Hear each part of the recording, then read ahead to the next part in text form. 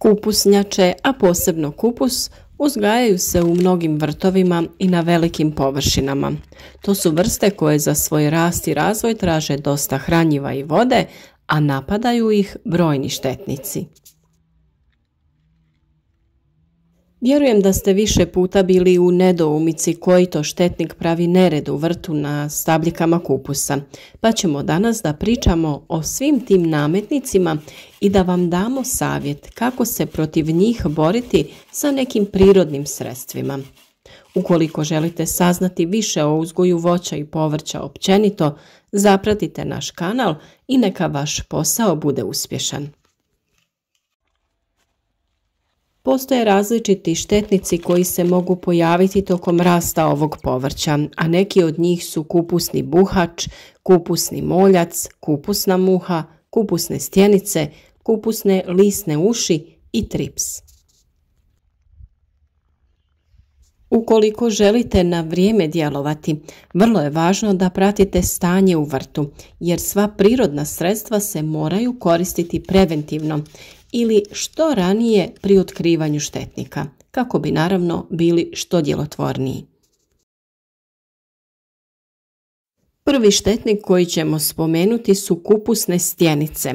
Čine štete sisanjem listova, što se očituje u vidu bijeličastih točkica, koje kod jakog napada mogu prekriti cijelu površinu lista.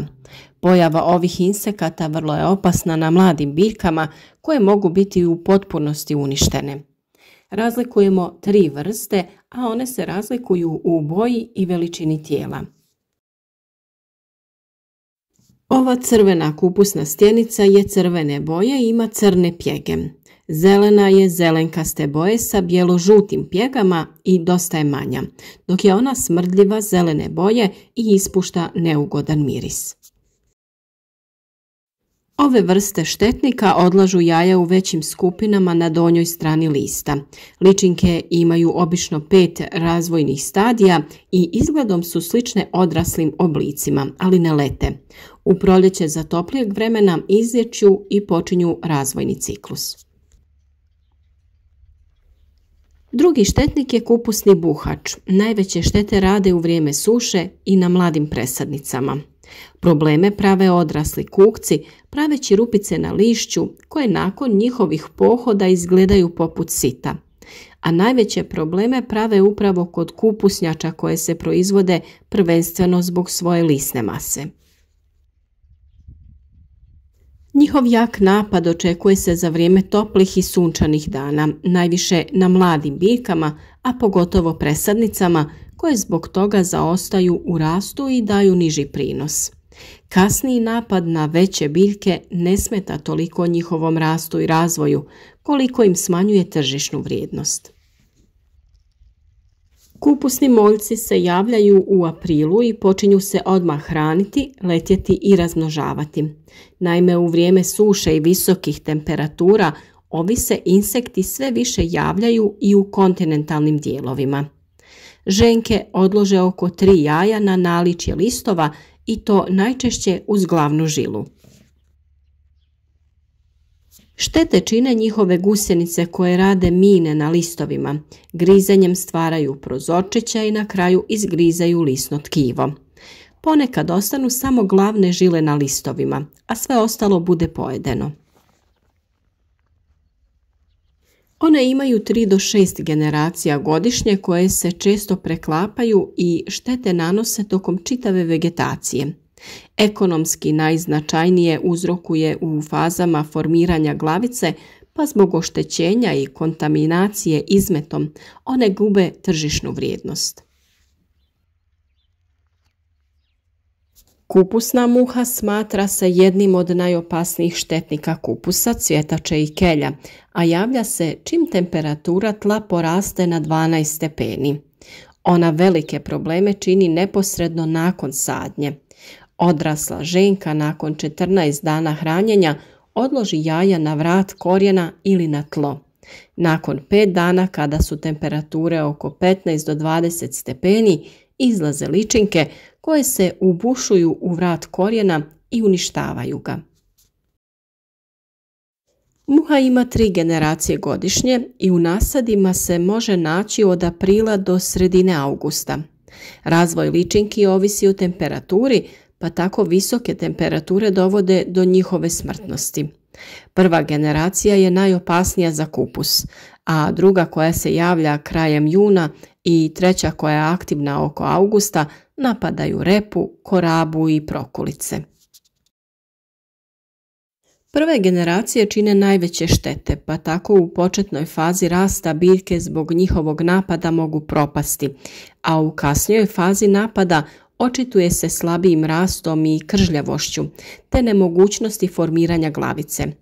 Zarazu možemo prepoznati po tome da listovi kupusa počinju venuti, mijenjati boju od sive do žute, a glavice su male ili mekane.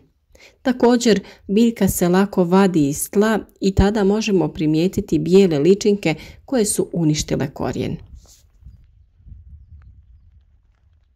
Duhanov trips štete čini na kupusu i kelju kao i na drugim kupusnjačama, i to sisanjem listova kupusa, uslijed čega dolazi do pojave kvržica nepravilnih oblika. One su u početku svjetlije, a kasnije potamne. Napadnute dijelove biljke naseljavaju gljivice, pa kupus gubi tržišnu vrijednost. Njegovom razvoju pogoduju visoke temperature i niža vlaga zraka. Stoga se najviše javlja tokom sušnih godina, kada može imati i do 16 generacija godišnje. Sljedeći štetnik je kupusna lisna uš. Ona je sivo-zelene boje i prekrivena je voštanom prevlakom pepeljaste boje. Štete čini na kupusu i kelju te nekim drugim vrstama iz porodice kupusnjača. Štete radi sisanjem na listu, što dovodi do deformacije i njegova kovrčanja, a može se i osušiti. U početku se nalaze na licu, a kasnije i na naličju lista. Prisutnost lisnih uši na kupusnjačama umanjuje njegovu tržišnu vrijednost. Postoje razni insekticidi koji učinkovito mogu riješiti ove probleme, ali s obzirom da se kupus uzgaja zbog svoje lisne mase, dobro je to izbjeći ukoliko se može, jer velika je razlika čak i u okusu kupusa koji nije tretiran hemijskim sredstvima i onoga koji jeste.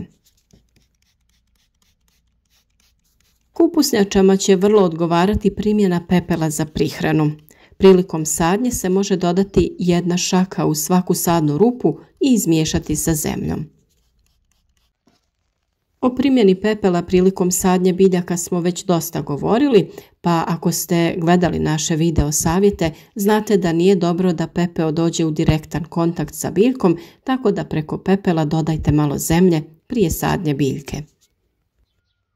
Ako ćete ga samo posuti po površini zemlje, biti će dovoljno 1 do 2 šalice po 1 metru kvadratnom. Količina naravno ovisi od kvalitete i kiselosti zemljišta.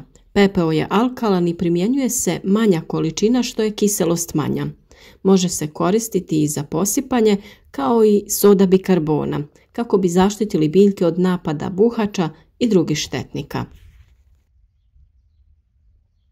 Za vrijeme suhog dana pospite pepeo po biljkama lagano u umjerenoj količini. Nakon svakog kišnog dana potrebno je ovu radnju ponoviti. Pepeo također možemo koristiti na način da ćemo ga rastopiti u vodi. Na 2 litre vode dodajte 100 grama pepela drveta. Ostavite da stoji tako 2 do 3 sata. Pepeo se slegne na dno posude, pa treba lagano procijediti da nam ne bi oštetila se prskalica prilikom rada. Sa ovom otopinom poprskajte biljke u nekoliko navrata kako bi bili sigurni da se smanjuje broj štetnika. A naravno uvijek je dobro i preventivno koristiti ovakve preparate kako bi djelovali na vrijeme i prije pojave štetnika. Mi često znamo reći da je dobro nahranjena i uhranjena biljka i zdrava i otporna biljka. Tako je važno da su sve biljke dobile dovoljno prihrane. Hranjivo od kvasca pripremamo tako što 10 grama suhog kvasca i nešto malo šećera stavimo u posudu zapremine 3 litre te prelijemo toplom vodom i pomiješamo. Smjesu ostavimo da fermentira neko vrijeme, a nakon toga 250 ml tog fermentiranog kvasca dodajemo u 10 litara vode te koristimo za zalijevanje zemlje gdje je posađen kupus. Također možemo napraviti i insekticid od maslačka i on je odličan u suzbijanju štetnika. Za pripremu ovog insekticida potrebno vam je 500 grama svježih listova i korijena maslačka koje je potrebno samljeti u stroju za meso ili usitniti. Tu mješavinu prelijte sa 10 litara vode i dobro izmješajte. Procijeđenoj tekućini dodaje se 1 kašika tekućeg eko sapuna i onda je spremno za primjenu. Koristi se za razne bube i muhe koje napadaju kupus. Još jedan koristan insekticid može se napraviti od češnjaka i listova paradajza. Za primjenu efikasnog insekticida trebati će nam 1 šalica češnjaka i 1 šalica zaperaka od paradajza koje sameljemo i prelijemo sa 10 litara vode. Sve dobro pomiješamo, procjedimo i dodamo 1 žlicu tekućeg eko sapuna prije primjene. Koristi se protiv gusjenica i drugih štetnih insekata. Pored kupusa je dobro i posaditi češnjak i on će na taj način da ga štiti od buhača. Još jedan jednostavan insekticid može se pripremiti od kamilice. U 10 litara vode potopi se 1 kg listova i cvjetova i ostavi sljedećih 12 sati. Dobivena otopina se procjedi, razjedi sa vodom u omjeru 1:3. Na svakih 10 litara sredstva potrebno je dodati 40 grama sitno naribanog sapuna. Dobro promiješati da se otopi i spremno je za upotrebu. Upotrebljava se protiv lisnih ušiju i gusjenica. U svakom slučaju na našem kanalu možete potražiti različite video savjete o prihrani i zaštiti sveg drugog voća i povrća u vašem vrtu i naravno mnoge druge savjete. Nadamo se da ćete zapratiti naš kanal, a naravno klikom na znak zvonca osigurajte obavijesti o svakom novom videu kako bi bili u toku sa radovima u vrtu.